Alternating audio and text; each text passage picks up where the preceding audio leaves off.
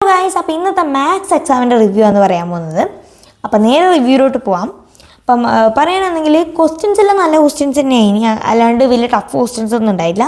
പക്ഷേ അശ്രദ്ധേനെ കൊണ്ട് സിമ്പിളായിട്ട് തെറ്റിക്കുകയും ചെയ്യും. അതായത് നമുക്കിപ്പം മെട്രിക്സിൻ്റെ ഇപ്പം ഒരു നമ്പർ മാറിക്കഴിഞ്ഞാൽ മെട്രിക്സേ മാറി, അപ്പോൾ ഉത്തരേ തെറ്റി, ഫുള്ള് തെറ്റിയില്ലേ. അപ്പോൾ അതേപോലെ തെറ്റിക്കാൻ പറ്റിയ ക്വസ്റ്റ്യൻസാണ് അത്. ആ ചാപ്റ്ററേ അങ്ങനെയാണ് തെറ്റിക്കാൻ, നമുക്ക് സിമ്പിളാണ്, പക്ഷെ എന്നാലും തെറ്റുകയും ചെയ്യും. അപ്പം അങ്ങനെ ഞാൻ തെറ്റിച്ചിട്ടുണ്ട്. അതാണ് ഈ കുഴപ്പം വരേണ്ടത്. ക്വസ്റ്റ്യൻ വലിയ കുഴപ്പമൊന്നുമായിട്ട് എനിക്ക് തോന്നുന്നില്ല. അറിയാം, അതായത് ഇപ്പം ഞാൻ പറയുകയാണെങ്കിൽ എനിക്കറിയുന്നൊരു ക്വസ്റ്റ്യൻ ഞാൻ തെറ്റിച്ചൊരു ക്വസ്റ്റ്യൻ ഞാൻ പറയാം.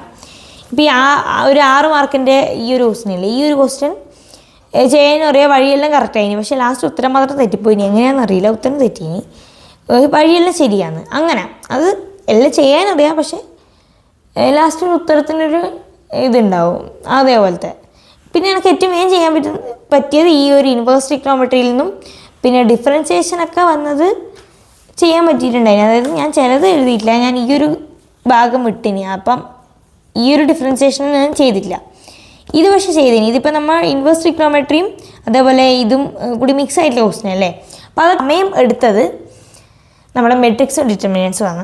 അത് കുറേ ചെക്ക് ചെയ്തിട്ട് എഴുതിനി, പക്ഷെ എന്നാലും തെറ്റിച്ചിനി. അതാണ് പ്രശ്നം. അപ്പം അതാണ് എൻ്റെ ഒരു റിവ്യൂ. കുറച്ചും കൂടി ശ്രദ്ധിച്ച്, പിന്നെ കുറച്ച് ടെൻഷൻ, അത് എനിക്ക് കുറച്ചും കൂടി വേഗം ടെൻഷൻ കയറുന്ന ഒരാളാണ് ഞാനപ്പം.